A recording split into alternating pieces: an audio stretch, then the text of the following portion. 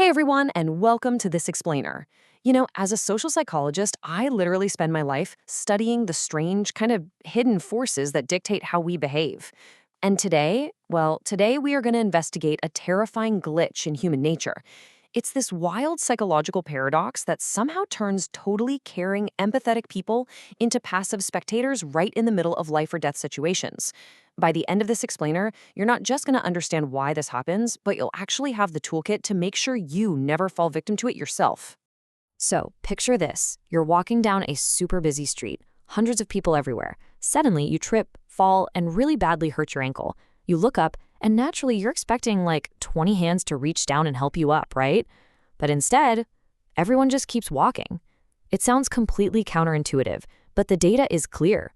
You are actually way more likely to be ignored in a massive crowd than if you were just alone with one single stranger. So why does stepping into a crowd paradoxically drop your chances of being rescued? To figure that out, we actually have to travel back in time a bit to March 13th, 1964, in Queens, New York. This is the tragic, inciting incident that basically birthed my entire field of study on this phenomenon. A young woman named Kitty Genovese was brutally attacked outside her apartment building. It was an absolutely horrific event.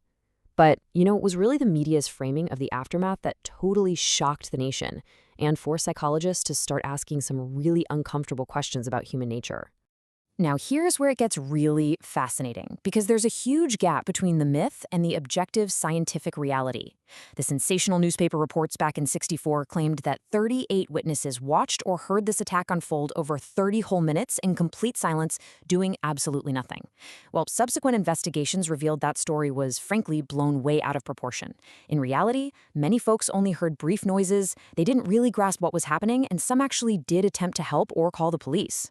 But even though the media totally exaggerated this idea of urban apathy, it did shine a giant spotlight on a very real, very dangerous behavioral phenomenon. So, right after the Kitty Genovese case, social psychologists Bibb Latané and John Darley were like, okay, we need to take this mystery into the lab. They really wanted to prove that bystanders aren't just, heartless monsters. Instead, they hypothesized that people just experience this massive situational psychological freeze. And their groundbreaking experiments in the late 1960s totally changed the game for how we understand moral decision-making. It shifted the blame away from our actual character and put it squarely onto the context of the situation itself. Okay, get this. In one of their most famous experiments, participants sat in a room filling out a boring questionnaire, and then suddenly smoke just starts pouring in through a wall vent. When the participants were completely alone in the room, 75% took action and reported the smoke within 2 minutes. But when they put them in a group of 3, boom, only 38% reported it. The mere presence of other people drastically reduced intervention. I mean, they didn't move even when their own physical safety was potentially on the line. And to put that into perspective, the math from a simulated medical emergency is honestly terrifying.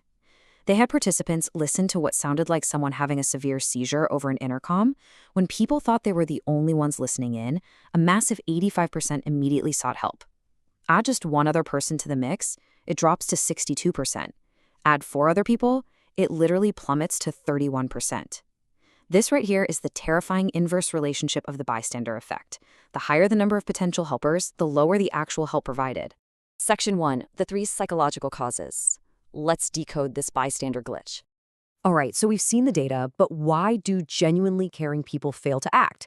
Well, it boils down to 3 distinct psychological causes operating all at the exact same time.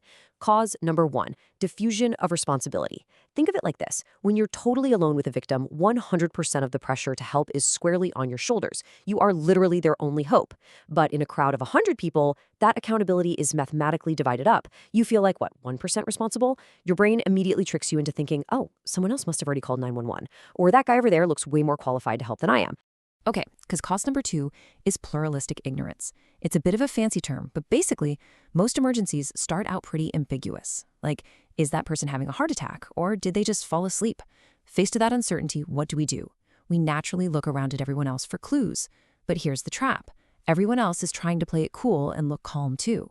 So, you see a crowd of totally calm people, and your brain falsely concludes, well, nobody else is panicking, so this must not be a real emergency. It is a completely devastating feedback loop of inaction. And the third cause? Evaluation apprehension. This is the hidden layer of social fear. As a social psychologist, I can tell you this is just a deeply, deeply human flaw. We are absolutely terrified of being negatively judged, right? We don't want to overreact or look foolish by offering the wrong kind of help. Like, imagine trying to do CPR and messing it up in front of 50 strangers. The social anxiety is immense. And a lot of times, that intense fear of public embarrassment completely outweighs our moral drive to help. It basically forces us to take the path of least social resistance and just blend right back into the crowd. So let's fast forward a bit and see how this builds in our modern world. We've talked all about physical emergencies in 1960s laboratories. But what happens when we pivot our investigation to the digital age? I mean, with our lives so heavily tied to screens nowadays, does this whole bystander effect follow us online? Oh, for sure. The answer is a resounding yes. Welcome to the cyber bystander effect. Online environments actually amplify that diffusion of responsibility to unprecedented, massive levels. You might scroll past a really cruel comment or intense online harassment on a post with, say, 100,000 views. Because so many people are watching, the silent majority just lurks. And because pluralistic ignorance operates so powerfully online, that total silence is misinterpreted by the victim and the perpetrators as tacit approval. Millions of people are watching, yet nobody is doing a single thing. And it doesn't stop at the internet. We also see this deeply, deeply embedded in professional environments. The corporate bystander effect is exactly what allows toxic workplace patterns, discrimination, and harassment to just continue unchecked for years. Think about it. In an office, power hierarchies massively amplify evaluation apprehension. Employees are terrified of career repercussions, being labeled a troublemaker, or just general social ostracism.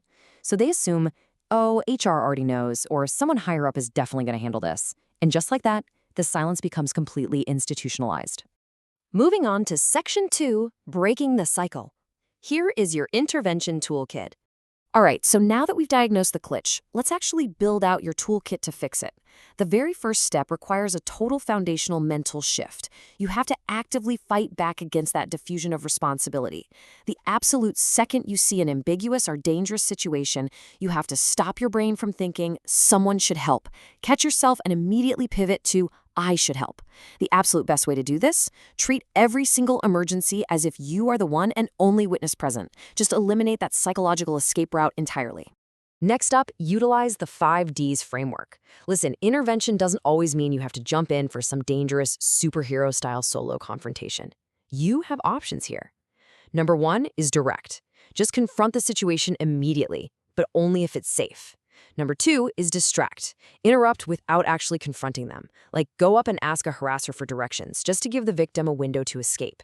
Number 3, delegate. Go find someone with more authority, like a manager or a security guard. Number 4 is delay. Check in on the victim after the fact to offer support. And finally, number 5, document. Quietly record evidence that can be used later. Now, what if you are the victim? This is absolutely crucial. Here is the ultimate psychological hack. If you need help, do not just scream generally out into the crowd. Pick one specific person, look right at them, point directly at them, and give an explicit command.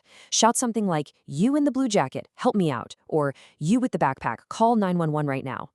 Doing this shatters pluralistic ignorance in an instant. It takes 100% of that accountability and forces it right onto that one person. It literally transforms a passive bystander into an active helper. And look, if you want to be someone who breaks the cycle day to day, you have to build up your capacity for intervention. It's like a muscle. You don't have to start by jumping onto subway tracks. Start by correcting the really small wrongs in your daily life. Speak up and challenge an offensive joke at work. Help someone who dropped their groceries on the sidewalk. These low-stakes interventions build up your confidence big time. You are actively rewiring your own social default to be someone who steps up and acts, rather than someone who just stands by and watches. So, the bystander effect kind of proves that our own social instincts can sometimes be our absolute worst enemy. But understanding these mechanisms, that is exactly what empowers us to resist them. So I'm going to leave you with this really provocative question to take away from our explainer today. If you felt down today, would the crowd be your rescue or your risk? Don't let the crowd choose your morality for you. Assume the responsibility and be the one to act.